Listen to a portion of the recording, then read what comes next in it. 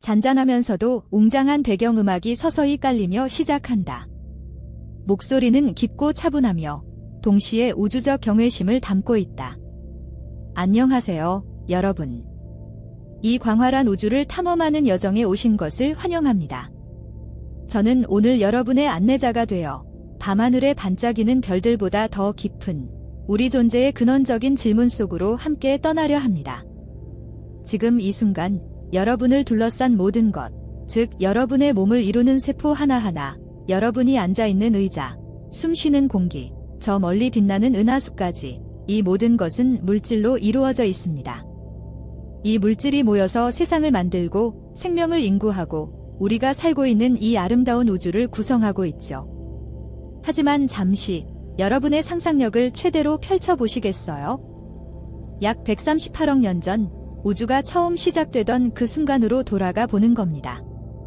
상상하기도 어려운 너무나 뜨겁고 밀도가 높은 점 하나에서 모든 것이 폭발적으로 팽창하기 시작했던 그 순간, 바로 빅뱅 직후의 혼돈 속으로 말이죠. 과학자들은 그 격동의 시기에 우리가 아는 물질만큼이나 반물질이라는 신비로운 존재 또한 똑같이 균형 있게 생성되었을 것이라고 추정하고 있습니다. 마치 거울에 비친 상처럼 물질과 반물질이 완벽한 대칭을 이루며 태어났을 거라는 이야기입니다. 자, 여기서 우리의 첫 번째 미스터리가 시작됩니다. 만약 물질과 반물질이 동등하게 생성되었다면 지금 우리는 왜 물질로만 이루어진 세상에 살고 있는 걸까요? 이 거대한 우주 공간에서 우리가 알고 있는 거의 모든 것은 물질로 이루어져 있습니다. 그렇다면 그 수많은 반물질은 대체 어디로 사라진 걸까요?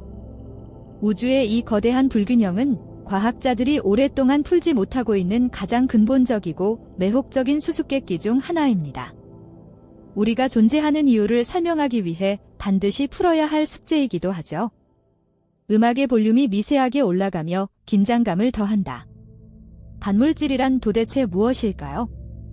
이름만 들어도 생소하고 SF 영화에서나 나올 법한 이야기 같지만 반물질은 실제하는 존재입니다. 아주 간단히 설명하자면 반물질은 우리가 아는 물질의 쌍둥이 혹은 거울쌍이라고 할 수 있습니다. 질량과 스피는 같지만 전하와 같은 특정 양자적 특성이 정반대인 입자를 말하죠.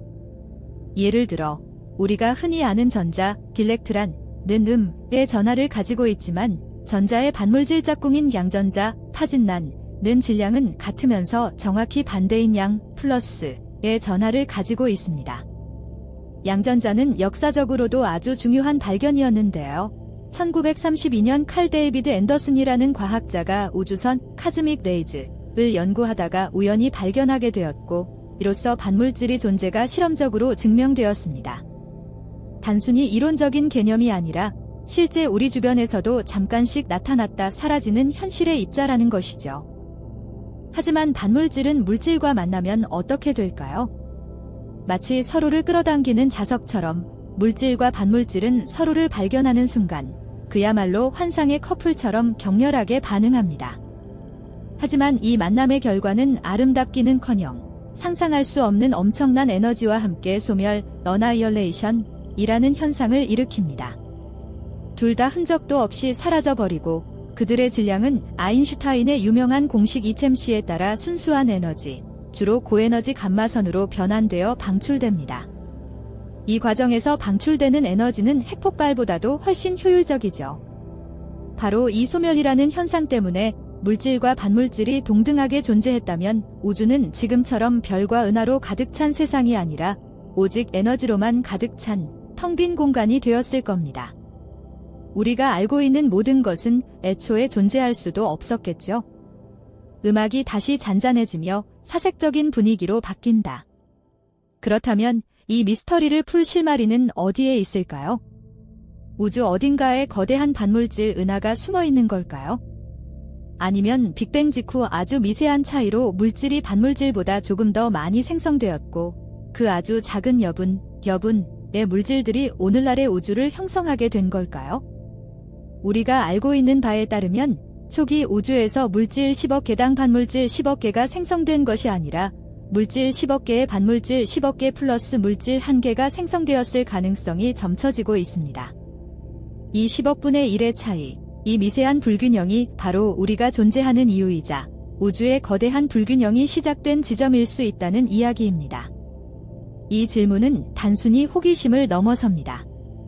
이 물질-반물질 비대칭 문제의 해답을 찾는 것은 우주의 탄생과 진화에 대한 우리의 이해를 근본적으로 바꿀 것이며 심지어 우주의 궁극적인 운명까지도 엿볼 수 있게 해줄지도 모릅니다.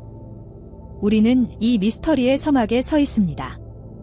앞으로 이어질 이야기들을 통해 이 불가사의한 우주의 불균형 뒤에 숨겨진 진실을 파헤치고 우리가 이 광활한 우주에 존재할 수 있게 된 놀라운 이유를 함께 찾아 나서게 될 것입니다.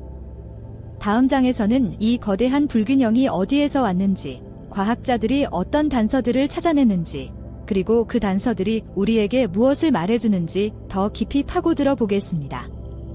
우주의 가장 근본적인 수수께끼를 향한 여정은 이제 막 시작되었습니다. 음악이 서서히 커지며 마무리된다. 웅장하면서도 신비로운 배경음악이 잔잔하게 깔린다. 나지막하지만 힘있는 목소리, 마치 우주 공간을 유영하듯 차분하고도 경외심 가득한 톤으로 시작한다. 별표 2장. 양전자 추적, 우주에서 발견된 반물질이 미미한 흔적들 별표. 음악이 조금 더 고조되며 시작을 알린다. 우주에는 모든 것이 물질로 이루어져 있을까요? 우리가 보고 만질 수 있는 모든 것, 별과 행성, 그리고 우리 자신까지도요. 언뜻 당연하게 들리는 이 질문에 우주는 놀라운 대답을 내놓았습니다. 바로 반입니다라고 말이죠. 우리 우주에는 물질의 쌍둥이, 어쩌면 거울상이라고도 할 수 있는 반물질이 존재합니다. 그 중에서도 전자의 반물질인 양전자는 이 광대한 우주 속에서 가장 은밀하고도 신비로운 존재 중 하나입니다. 상상해보세요. 전하만 다를 뿐, 질량은 완벽하게 같은 한 쌍의 입자가 서로를 만나는 순간으려. 양전자와 전자가 조우하는 찰나의 순간, 존재했던 모든 것이 사라지면서 에너지로 변환됩니다. 이 현상을 우리는 쌍소멸, 너나이얼레이션이라고 부릅니다. 그리고 이 쌍소멸 과정에서 우주에 특별한 메시지가 새겨지는데 바로 511kJ 케브 에너지를 가진 특정 감마선이 방출된다는 것입니다. 이 감마선은 마치 우주가 우리에게 보내는 은밀한 지문과도 같습니다. 우리는 이 지문을 통해 우주 곳곳에 숨겨진 반물질, 즉 양전자의 존재를 감지해왔죠. 하지만 이 미미한 흔적은 우리에게 또 다른 거대한 질문을 던집니다. 과연 이 양전자들은 우주 어디에서 어떤 기이한 메커니즘을 통해 생성되고 있는 걸까요? 그리고 왜 우리는 이토록 활발한 양전자 생성이 우리 은하의 중심부에서 벌어지고 있다는 신호를 감지하게 되는 걸까요? 오늘 우리는 인류의 오랜 궁금증과 미지의 세계를 향한 탐험, 그 속에서 양전자를 추적하는 흥미로운 여정으로 떠나보려 합니다. 배경음악이 더욱 신비롭게 변화하며 이야기 속으로 몰입을 유도한다. 별표 본론 1, 양전자의 지문, 511kJ 감마선 별표. 우리가 우주 속 양전자를 추적하는 첫 번째 단서는 바로 그들의 죽음에 있습니다. 양전자가 전자와 만나 쌍소멸할 때 방출되는 511kJ 감마선은 단순한 에너지 방출이 아닙니다. 이 에너지는 양전자가 전자를 만났을 때만 방출되는 지문과도 같은 고유한 신호입니다. 마치 범죄 현장에 남겨진 유일한 단서처럼 이 감마선은 우주의 양전자가 한때 존재했음을 명확히 알려주는 증거가 됩니다. 하지만 이 신호를 포착하는 일은 결코 쉽지 않습니다. 감마선은 지구 대기에 흡수되기 때문에 우리는 지구 밖으로 나가야만 이 신호를 관측할 수 있습니다. 첨단 감마선 망원경들은 마치 우주를 꿰뚫어보는 눈처럼 인류의 탐사선에 실려 우주로 나아갔습니다. 유럽 우주국의 INTGRER 위성, 인터내셔널 게머레이 애스트로피직스 레보러토리과 같은 최신 감마선 망원경들은 수십 년간 우주의 감마선 스펙트럼을 분석하며 이 미약한 511kJ 신호를 찾아왔습니다. 이 신호는 매우 희미해서 수십억 광년 떨어진 별빛을 찾는 것만큼이나 섬세한 관측 기술을 필요로 합니다. 마치 망망대해에서 아주 작은 파문 하나를 찾아내는 것과도 같죠. 그럼에도 불구하고 과학자들은 수많은 데이터를 분석하고 미세한 신호들을 걸러내며 마침내 우주 곳곳에서 양전자의 존재를 확인했습니다. 그리고 이 관측은 곧 더 큰 미스터리로 이어졌습니다. 잠시 멈추는 듯한 여운을 준 후 다음 주제로 넘어간다. 별표 본론 2. 은하 중심부의 미스터리, 활발한 양전자 공장. 별표 우리가 포착한 양전자 소멸 감마선 신호 중 가장 강렬하고 흥미로운 곳은 바로 우리 은하의 심장부, 그 격동적인 은하 중심부였습니다. 놀랍게도 은하 중심부와 그 주변의 은하 팽대부, 걸렉틱 벌지에서는 다른 지역보다 훨씬 더 많은, 정상적인 수준을 훨씬 뛰어넘는 양전자 소멸 감마선이 관측됩니다. 이는 명백히 이 지역에서 양전자가 활발하게 그리고 꾸준히 생성되고 있음을 시사합니다. 마치 은하 중심부에 거대한 양전자 공장이라도 있는 것처럼 말이죠. 이 현상은 천문학자들에게 오랫동안 풀리지 않는 숙제였습니다. 은하 중심부는 밀도가 매우 높고 초거대 질량 블랙홀인 궁수자리 A 별표, 세지테리어스 A 별표를 비롯해 수많은 별과 가스, 그리고 알 수 없는 물질들로 가득 찬 극단적인 환경입니다. 이곳에서 양전자가 왜, 그리고 어떻게 이렇게 많이 만들어지는 걸까요? 이 미스터리를 풀기 위해 수많은 이론들이 제시되었습니다. 어떤 이들은 평범한 항성 진화 과정에서 나오는 현상일 것이라고 추측했습니다. 예를 들어 특정 유형의 초신성 폭발이나 거대한 별의 항성풍, 혹은 블랙홀 주변의 극한 환경에서 양전자가 생성될 수 있다는 것이죠. 또 다른 이들은 훨씬 더 이국적인 가설을 제시했습니다. 암흑물질이 서로 소멸하면서 양전자를 만들어낼 가능성도 배제할 수 없다는 주장이죠. 만약 이 가설이 사실이라면 이는 우리가 우주의 대부분을 차지한다고 믿는 암흑물질이 존재를 증명할 결정적인 단서가 될 수도 있습니다. 하지만 지금까지 어떤 가설도 은하 중심부의 비정상적인 양전자 생성량을 완벽하게 설명하지 못하고 있습니다. 마치 우주가 우리에게 거대한 수수께끼를 던져주는 것 같습니다.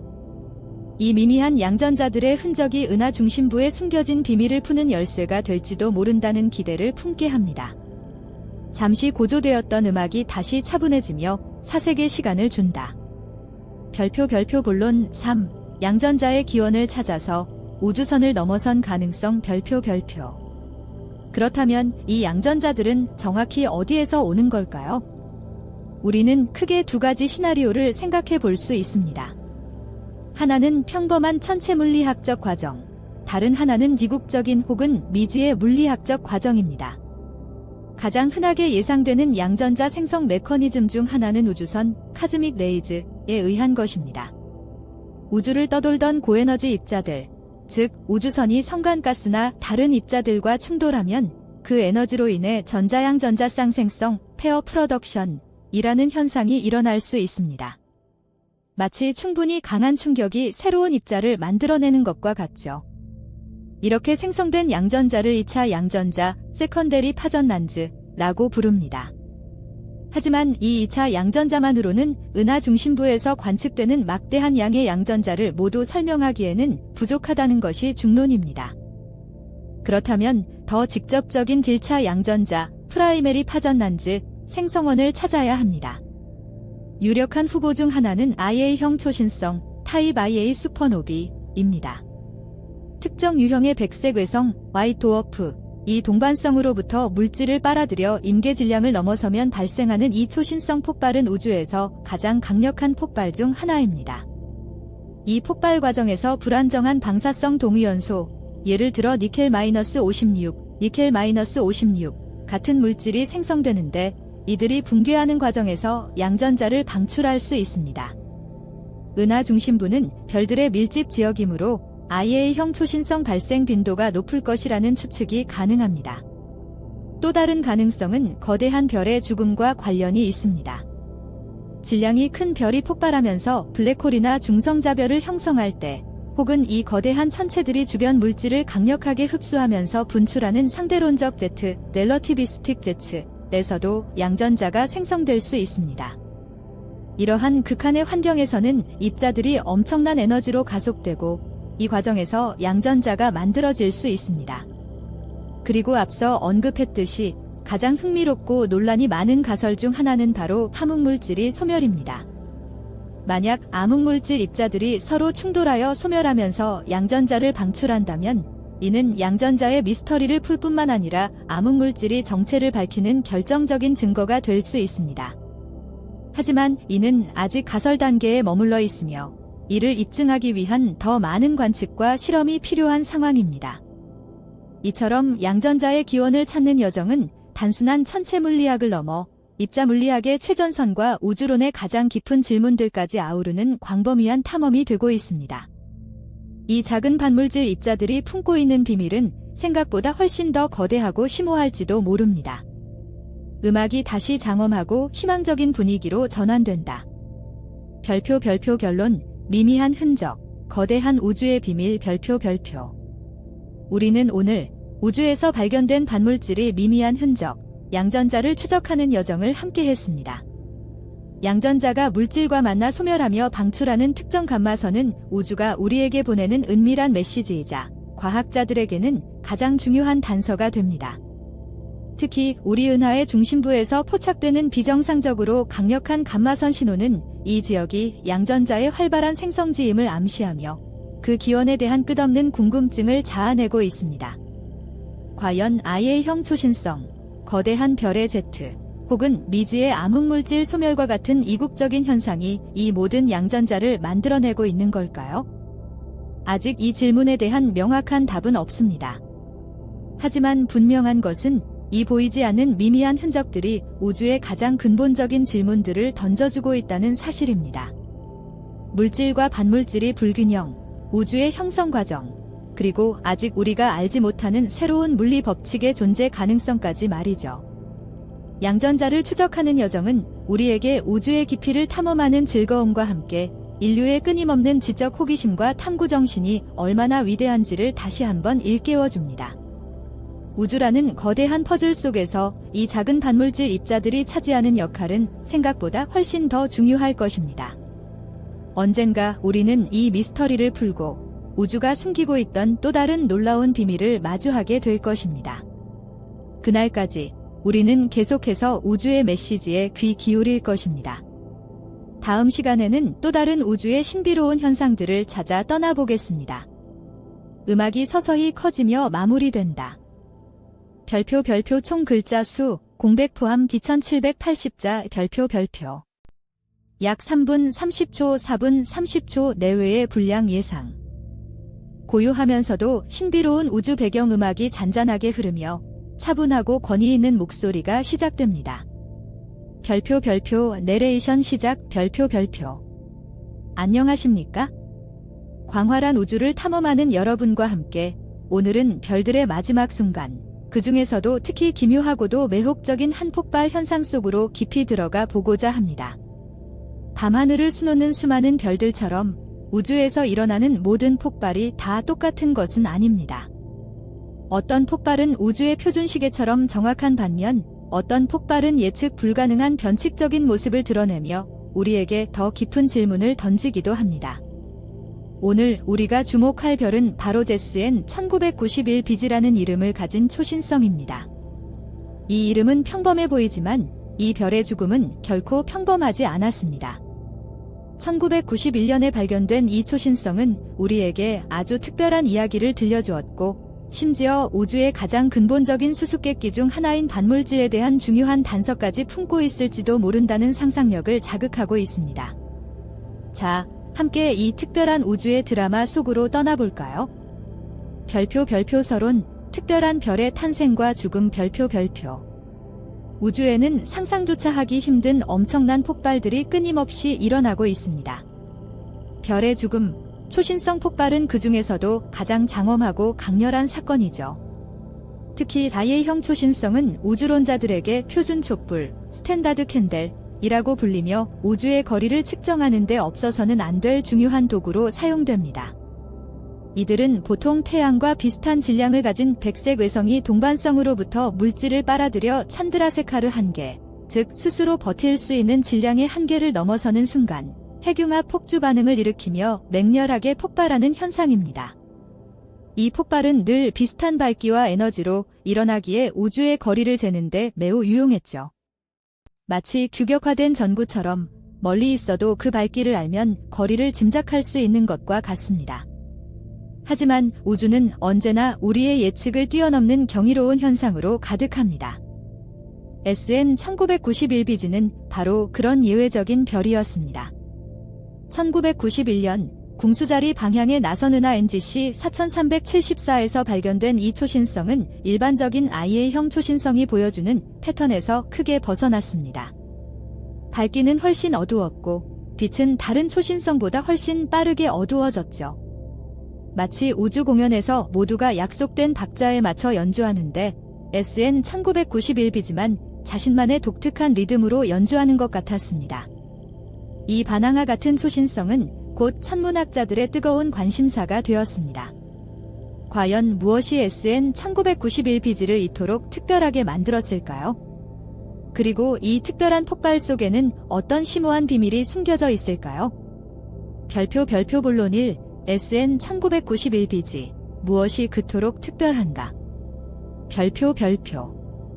일반적인 IA형 초신성의 폭발은 백색 외성의 중심부에서부터 시작되어 탄소와 산소가 격렬하게 반응하며 니켈-56이라는 무거운 원소를 대량으로 만들어냅니다.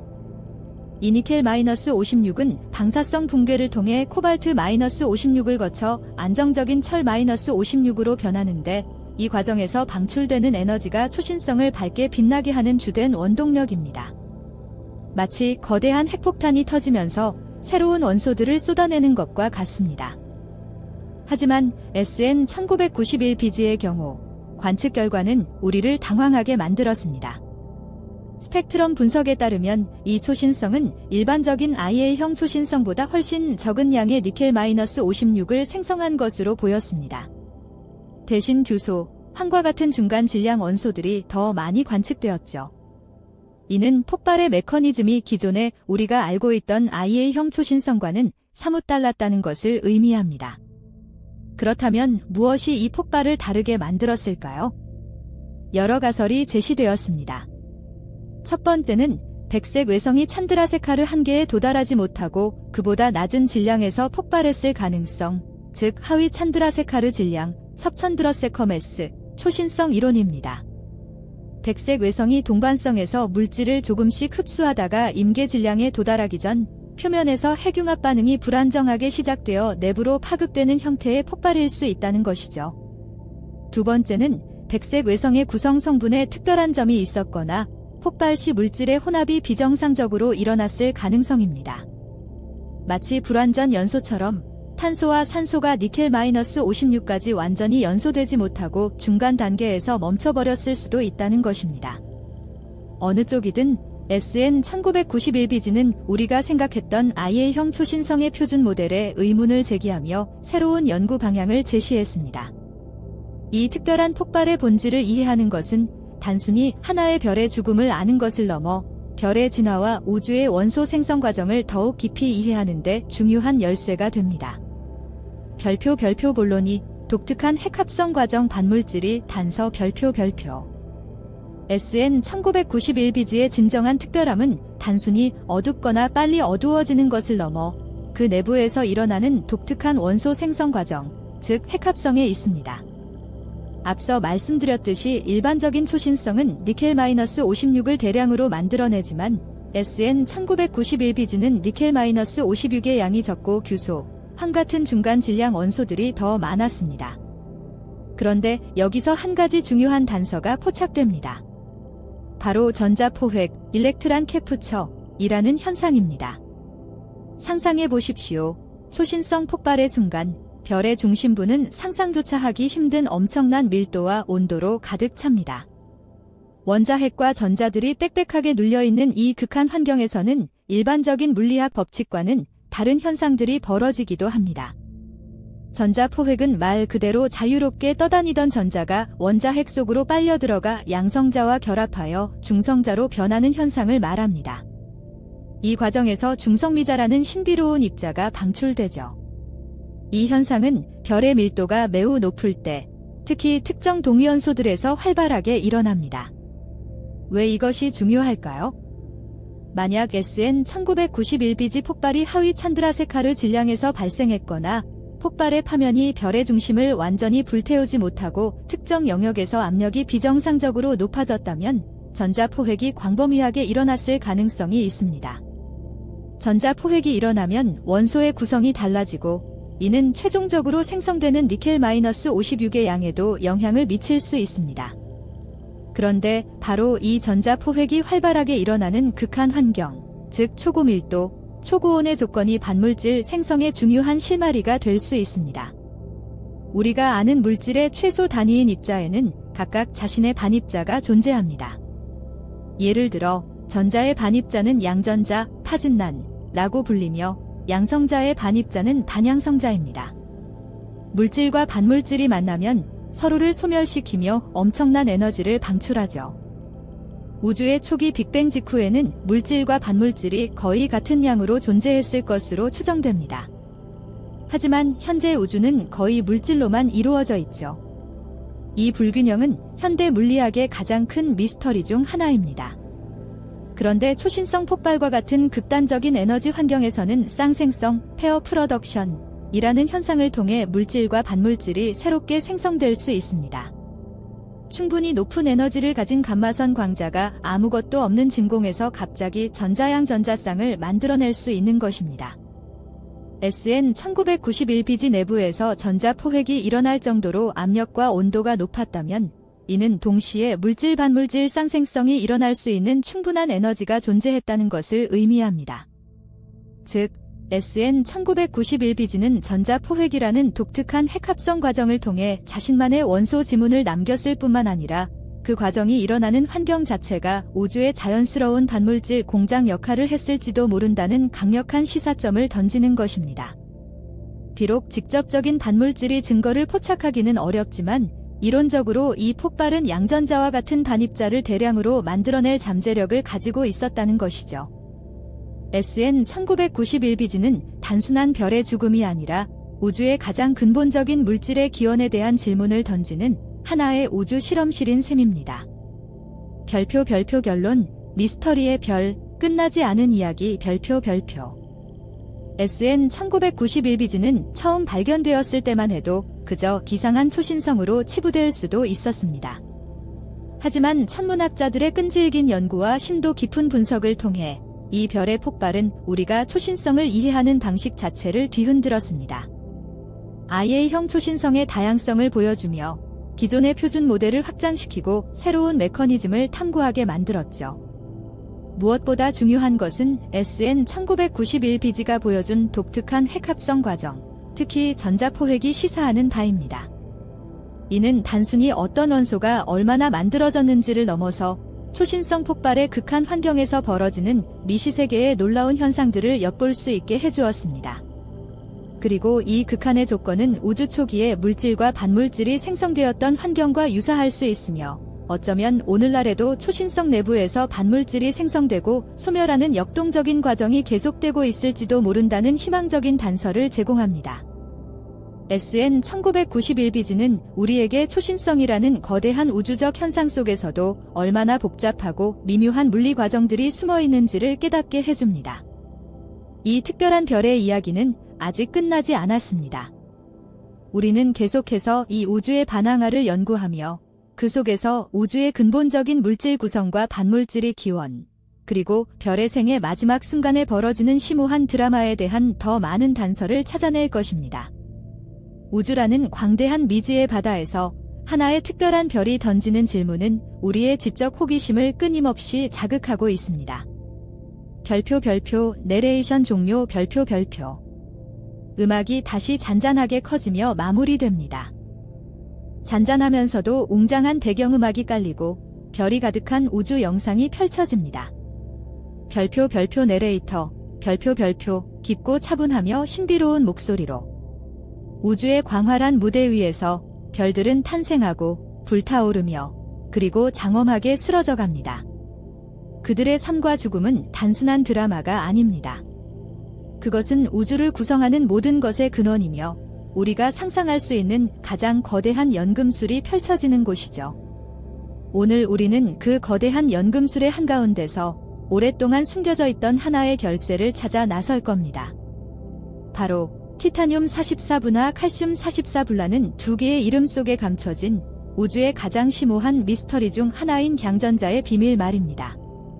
장면이 바뀌어 격렬하게 폭발하는 초신성의 시뮬레이션 영상이 나타납니다.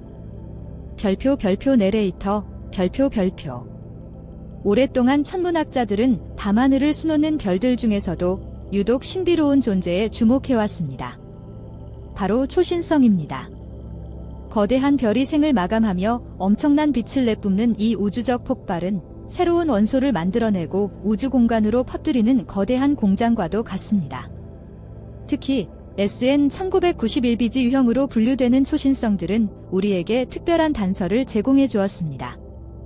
이들은 다른 초신성보다 약간 어둡고 빛이 빠르게 사그라드는 특징을 가지고 있어 오랫동안 그 내부 작용에 대한 궁금증을 자아냈죠.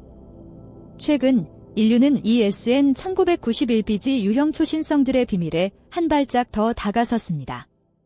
첨단 감마선 관측 위성들이 우주에서 날아오는 미세한 신호들을 포착하기 시작했고, 지구상의 가장 강력한 슈퍼컴퓨터들이 그 방대한 데이터를 분석했습니다.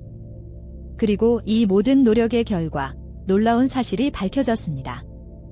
SN 1991bg 유형의 초신성 폭발 과정에서 티타늄 44불라는 특별한 동위원소가 엄청난 양으로 생성된다는 것이죠.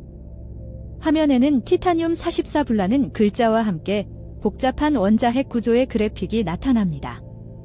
별표 내레이터 별표. 티타늄 44는 일반적인 티타늄과는 다릅니다. 이 동위원소는 매우 불안정합니다. 마치 시한폭탄처럼 스스로의 균형을 찾기 위해 끊임없이 변화하려는 성질을 가지고 있죠. 천문학자들은 이 티타늄 44가 붕괴하면서 특정 에너지의 감마선을 방출한다는 것을 알고 있었습니다.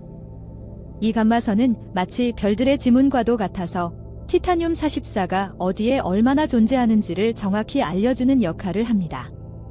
그리고 바로 이 지문이 SN 1991bg 유형 초신성들이 티타늄 44의 거대한 생산지라는 명확한 증거가 되어준 것입니다. 하지만 이야기는 여기서 끝나지 않습니다. 진정한 놀라움은 티타늄 44가 붕괴하는 다음 단계에 숨겨져 있었습니다. 불안정한 티타늄 44 원자핵은 안정된 상태로 변하기 위해 자신의 양성자 중 하나를 중성자로 바꾸는 과정을 거칩니다. 이 과정에서 에너지를 방출하는데 이때 아주 특별한 입자가 튀어나옵니다. 바로 양전자입니다. 화면에는 양전자라는 글자와 함께 전자와 비슷한 모양이지만 플러스 기호가 붙은 입자 그래픽이 나타납니다. 옆에는 전자 그래픽이 기호와 함께 표시됩니다. 별표 내레이터 별표. 양전자, 여러분에게는 생소한 이름일 수도 있겠습니다. 양전자는 일반적인 전자와는 정반대의 성질을 가진 반물질 입자입니다. 마치 거울에 비친 자신의 모습처럼 모든 것이 대칭적이지만 저나만 반대인 신비로운 존재죠. 우주의 초기에는 물질과 반물질이 동등하게 존재했다고 알려져 있지만 현재 우리 주변은 거의 모든 것이 물질로 이루어져 있습니다. 그렇다면 반물질은 어디로 간 것일까요? 그리고 지금 이 순간에도 우주 어딘가에서 반물질은 어떻게 생성되고 있을까요? 양전자는 바로 이 반물질이 가장 흔한 형태 중 하나입니다. 티타늄 44가 붕괴하면서 방출하는 이 양전자들은 초신성 폭발의 잔해 속에서 자유롭게 움직이다가 결국 주변의 보통 전자와 마주치게 됩니다. 물질과 반물질이 만나면 어떤 일이 일어날까요? 바로 소멸입니다. 양전자와 전자가 만나면 서로를 흔적도 없이 사라지게 하며 그들의 질량은 순식간에 강력한 감마선 에너지로 변환됩니다. 이 감마선은 또 다른 강력한 신호가 되어 우주 공간을 가로질러 우리에게 도달합니다. 이 발견은 티타늄 44의 붕괴가 우주 속 양전자의 가장 강력하고 꾸준한 공급원 중 하나임을 명확하게 제시해준 것입니다.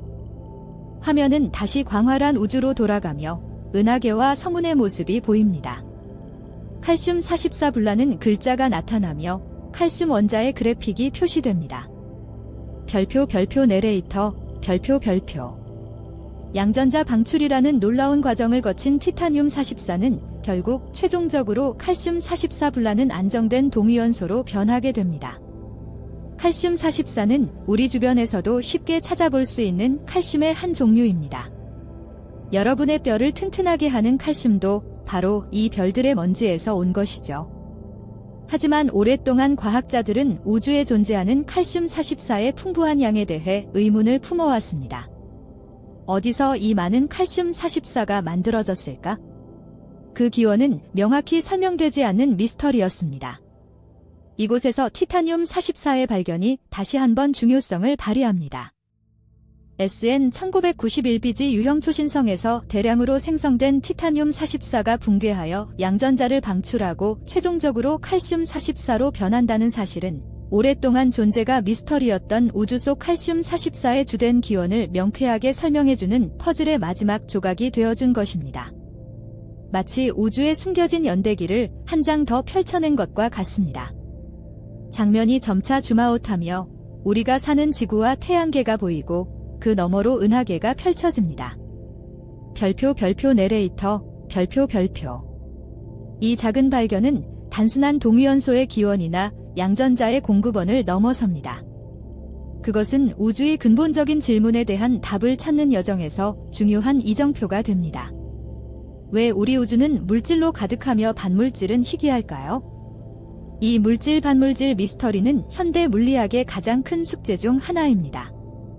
티타늄 44 붕괴를 통한 양전자 방출은 우주에서 반물질이 어떻게 생성되고 어디로 사라지는지에 대한 실마리를 제공합니다. 이 과정은 우주의 진화, 원소의 생성, 그리고 궁극적으로는 우리 자신의 존재에 대한 이해를 더욱 깊게 하는 중요한 단서인 셈입니다. 웅장한 음악이 절정에 달하고 별이 가득한 우주의 아름다운 영상이 천천히 회전합니다. 별표 내레이터 별표.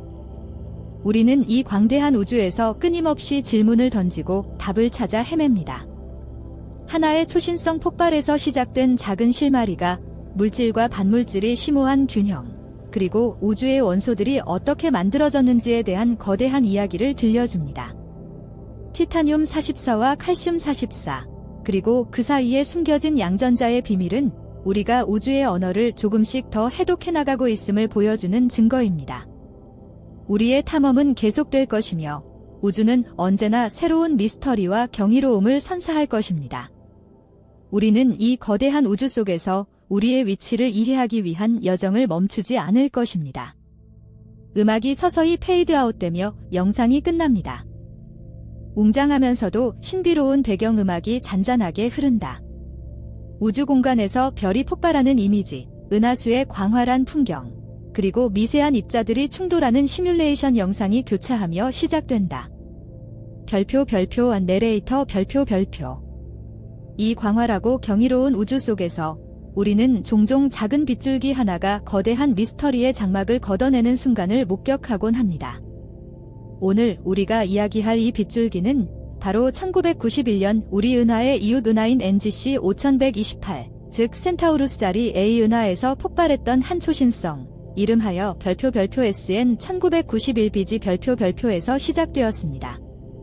이 별의 마지막 숨결이 우주에 퍼뜨린 물질들은 오랜 시간 과학자들의 머리를 싸매게 했던 두 가지 거대한 우주적 수수께끼의 해답을 동시에 제시하며 우리의 우주관을 송두리째 뒤흔들었습니다. 상상해보세요. 저 먼 우주에서 일어난 한 번의 대폭발이 우주 속 반물질이 기원과 생명의 필수 원소인 칼슘의 풍부함이라는 두 가지 불가사의를 동시에 풀어내는 퍼즐 조각이 된 것입니다. 이제 그 놀라운 발견의 현장으로 함께 떠나보시죠. 음악이 약간 고조되며 신비로움을 더한다. 우리는 수십 년 동안 우주 속에서 발견되는 양전자, 즉 반물질 전자의 존재에 대해 의문을 품어왔습니다. 양전자는 전자의 반대편에 있는 쌍둥이, 즉 반물질 입자입니다. 물질과 반물질이 만나면 거대한 에너지와 함께 소멸하며 감마선을 방출하죠. 우주에는 왜 그렇게 많은 양전자가 있을까? 그리고 이들은 어디에서 오는 것일까? 오랫동안 학자들은 이 양전자들이 블랙홀이나 우주선, 카즈믹 레이과 같은 극단적인 환경에서 생성될 것이라고 추측해왔습니다. 하지만 SN 1991PG에서 날아온 메시지는 그 해답이 훨씬 더 흔하고 동시에 훨씬 더 근본적인 곳에 있음을 알려주었습니다.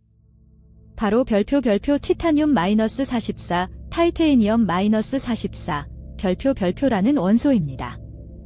이 원소는 특정 유형의 초신성, 특히 우리 은하에서도 흔히 관측되는 별표 IA형 초신성, 타입 IA 슈퍼노버, 별표 이 폭발할 때 대량으로 생성되는 방사성 동위원소입니다. 여기서 동위원소란 같은 원소이지만 중성자의 개수가 달라 질량이 다른 형태를 말합니다. 이 티타늄-44는 불안정하여 스칸듐-44, 스캔디엄-44로 붕괴하면서 양전자를 방출하고 다시 이 스칸듐-44가 칼슘-44, 캘시엄-44로 붕괴하는 순차적인 과정을 거칩니다.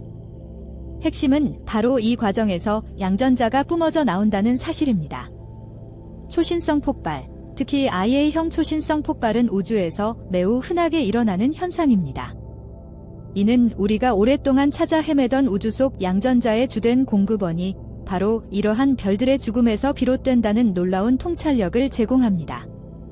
우주의 수많은 초신성들이 티타늄-44를 생성하고 이 티타늄-44가 붕괴하면서 우주 공간에 양전자를 뿌리고 있었던 것이죠.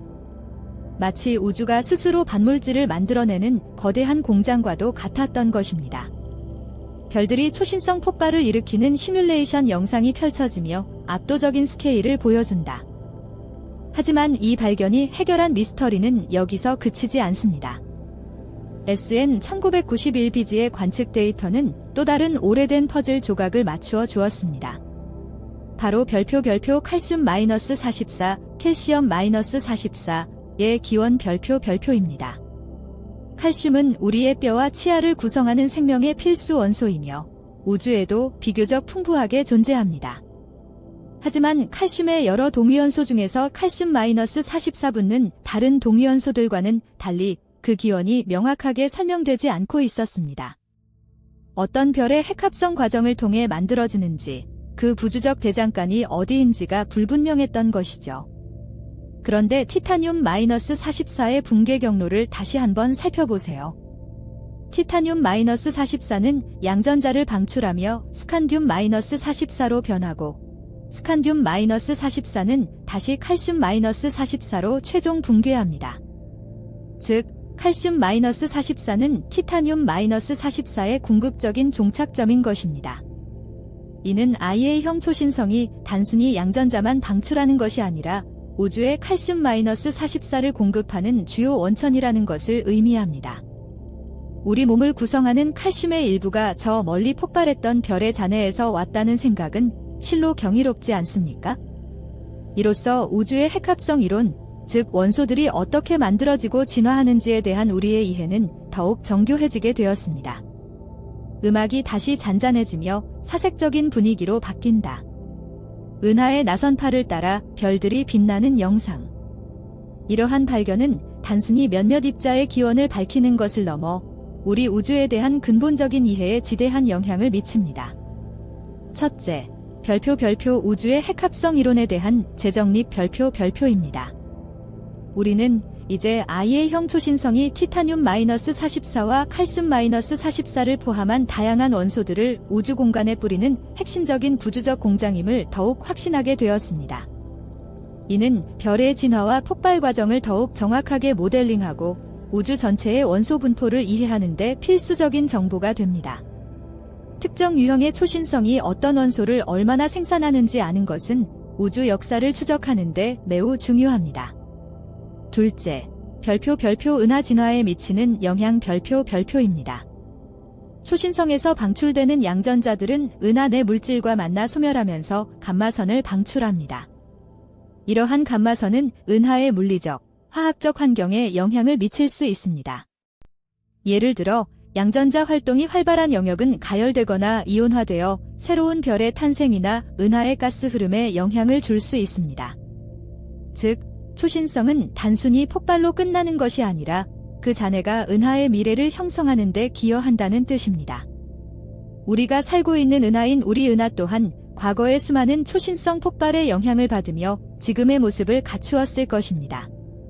그리고 마지막으로 어쩌면 가장 심오한 질문인 별표 물질 반물질 비대칭 문제 별표에 대한 새로운 관점을 제공합니다. 우주 탄생의 순간, 빅뱅 직후에는 물질과 반물질이 거의 동일한 양으로 존재했을 것이라고 추정됩니다. 하지만 현재 우리가 관측하는 우주에는 압도적으로 많은 물질만이 남아 있습니다. 과연 반물질은 어디로 사라졌을까요? 이것은 현대 물리학의 가장 큰 미스터리 중 하나입니다. SN 1991bg의 발견은 이 근본적인 질문에 대한 답은 아니지만 중요한 퍼즐 조각을 하나 더했습니다. 우주 속에서 관측되는 양전자들이 단순히 빅뱅의 흔적이거나 이국적인 현상에서만 비롯되는 것이 아니라 흔한 천체 현상인 초신성 폭발에서도 대량으로 생성된다는 것을 보여주었기 때문입니다. 이는 우리가 미래의 우주의 반물질 분포를 연구할 때 초신성에서 오는 국지적인 반물질과 빅뱅 직후의 물질-반물질 비대칭과 관련된 근본적인 반물질을 구별하는 데 중요한 기준점을 제공할 것입니다. 이 발견은 근본적인 비대칭의 원인을 찾는 우리의 여정을 더욱 명확하게 인도해 줄 것입니다. 우주선이 미지의 행성을 탐사하는 듯한 영상, 미래 지향적인 우주 관측 장비의 이미지. 하지만 우주는 여전히 풀리지 않은 수수께끼로 가득합니다. 우리는 여전히 암흑 물질과 암흑 에너지의 정체를 알지 못하고 물질-반물질 비대칭의 근본적인 원인을 찾아 헤매고 있습니다. SN 1991bg의 발견은 한 조각의 퍼즐을 맞추었지만 이로 인해 우리는 더 큰 그림이 무엇인지에 대해 또 다른 질문을 던지게 되었습니다. 앞으로의 탐구는 더욱 흥미진진할 것입니다. 제임스 웹 우주 망원경과 같은 새로운 우주 관측 장비들, 그리고 더욱 정교해진 컴퓨터 시뮬레이션 기술은 우주의 비밀을 파헤치는 우리의 능력을 한 단계 끌어올릴 것입니다. 우리는 아마도 멀리 떨어진 다른 초신성에서 티타늄-44가 방출하는 감마선을 직접 포착하거나 우주의 양전자 분포를 더욱 정밀하게 측정함으로써 이 놀라운 발견의 파급 효과를 더욱 깊이 이해하게 될 것입니다. 우리는 지금 우주를 이해하는 인류의 지적 여정에서 또 하나의 중요한 전환점에 서 있습니다. SN 1991bg 초신성 폭발과 티타늄-44의 양전자 방출 발견은 우리가 생각하는 것보다 훨씬 더 복잡하고 상호 연결된 우주의 모습을 보여주었습니다. 하나의 작은 별의 죽음이 우주의 반물질과 생명의 원소에 대한 거대한 수수께끼를 푸는 열쇠가 될 수 있다는 사실은 우주 과학의 현재가 얼마나 경이로운지를 여실히 보여줍니다. 음악이 클라이맥스로 치닫다가 서서히 사라진다. 밤하늘의 은하수 전체가 카메라에 담기는 모습. 우주의 이야기는 아직 끝나지 않았습니다. 우리의 지적 모험은 계속될 것입니다. 별들이 뿜어내는 빛과 그 속에서 태어나는 원소들처럼 우리의 호기심과 탐구 정신은 끝없이 이어질 것입니다.